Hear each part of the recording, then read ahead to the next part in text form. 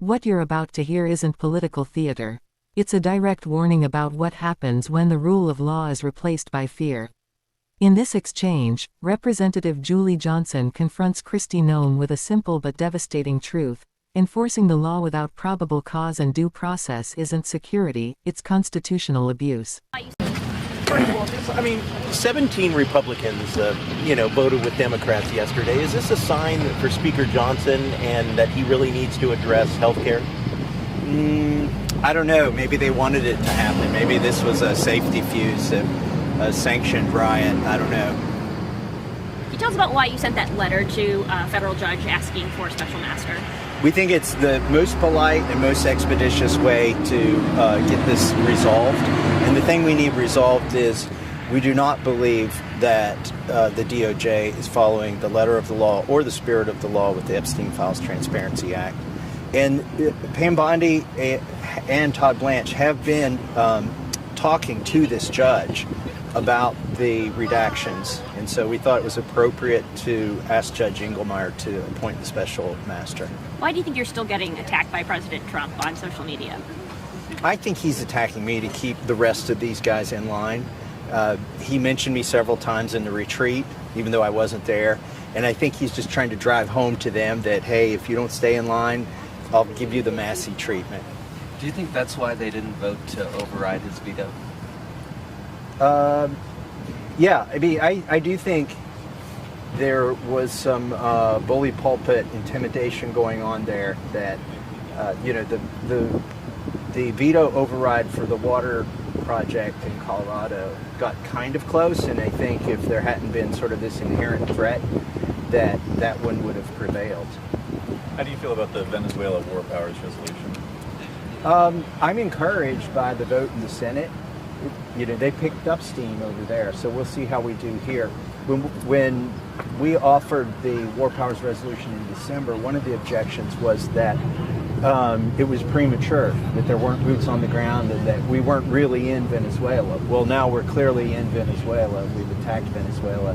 And so hopefully some of those people who objected on those grounds will vote yes for a War Powers resolution this time. Do you think there's risk in the administration's insistence that Delcy Rodriguez sever economic ties with China and Russia? Does that risk broadening any kind of conflict?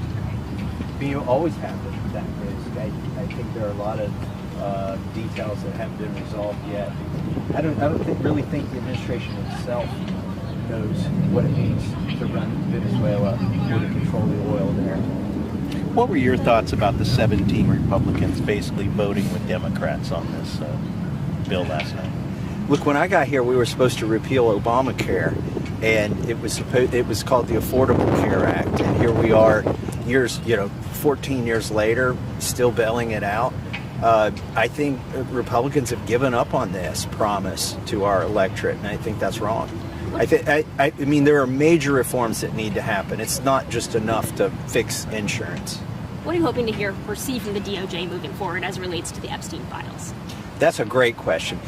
They've said, we've got 1 million documents, and which could be 4 million pages. What we want very specifically are just a few hundred pages, and these are the 302 forms that the FBI fills out when they interview the victims and they interview witnesses. We also want draft indictments where they were going to indict a lot of people or bring a lot more counts against Jeffrey Epstein and then decided not to.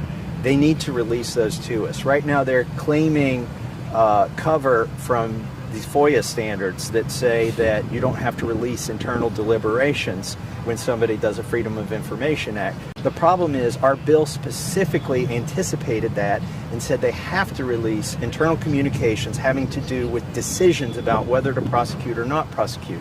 So we think they're clearly in violation of the law, and that's one of the big reasons we want the judge to appoint a special master to kind of oversee what's going on here with these redactions. It's not the volume of material they're giving us, it's the material they're not giving us that we're concerned about. We're expecting from the U.S. Supreme Court a possible ruling on tariffs and Trump tariffs. Just your thoughts on these tariffs, and should the president be able to use these tariffs? The problem is our founders anticipated that this branch of government, the legislative branch, would guard its authority and claim it when it was appropriate. And we're just not doing that. I mean, we're rolling over at every chance. And it was also clear that they put taxing authority within Congress. At the time, it wasn't an income tax. Taxing authority was tariffs. That was how 90+% of the government was funded, with excise taxes. And so we're so far astray from that. The president should not have unilateral authority to levy taxes on American people. And those are the people who are paying for this. Like, I think there's still a disconnect. People are excited. The government's getting more revenue. They don't realize that's coming from their pocket, because these are U.S. consumers who are paying that tax when those goods come into the country.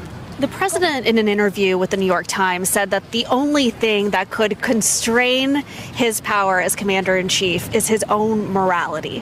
What do you think about that comment? Well, there is no limiting principle on the legal framework that they've applied to justify the invasion of Venezuela. I mean, and they're demonstrating that now. They're almost giddy to say that they could use the same legal framework to invade Colombia or to take over Cuba or even Greenland.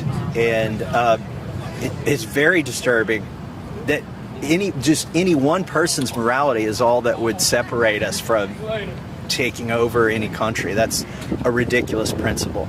It's not a limiting principle. How many Republicans do you expect to join you on the War Powers Resolution? I don't know. As I said before, I was encouraged that in the Senate they had 5. That's a good sign. Maybe you'll see representatives from the states where those senators voted, like Missouri, for instance, vote here on ours. And as I said before, one of the objections in December to our War Powers Resolution was that it was premature. Now it's no longer premature, obviously, and hopefully we'll pick up some of those votes. But I don't know. People are afraid of the president. Republicans are afraid of the president. What do you make of him asking for a $1.5 trillion defense budget? That is completely ridiculous. That's $5,000 for every family. Additional government spending. Julie Johnson directly confronts DHS Secretary Kristi Noem over what Johnson describes as systemic abuses by immigration enforcement agencies and a fundamental breakdown of the rule of law. Rather than framing the issue as a partisan or ideological disagreement, Johnson grounds her argument in constitutional principles, legal standards, and first-hand observations, arguing that current enforcement practices are actively violating due process and civil rights. Johnson begins by addressing what she sees as an escalating climate of fear across the country. She explains that this fear is not limited to undocumented immigrants, but extends to lawful residents, American citizens, and even law enforcement officers themselves.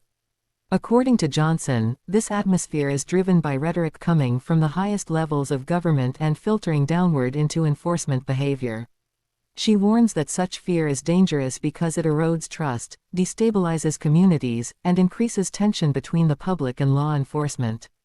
At the center of Johnson's critique is Secretary Noem's claim that DHS is restoring the rule of law. Johnson flatly rejects this assertion and explains that the rule of law rests on 2 core pillars, probable cause and due process. She argues that neither is being consistently respected. Johnson states that individuals are being detained or arrested based solely on appearance, particularly skin color, without any individualized suspicion or evidence of wrongdoing. She emphasizes that this practice is incompatible with constitutional standards and cannot be justified under any legitimate interpretation of lawful enforcement.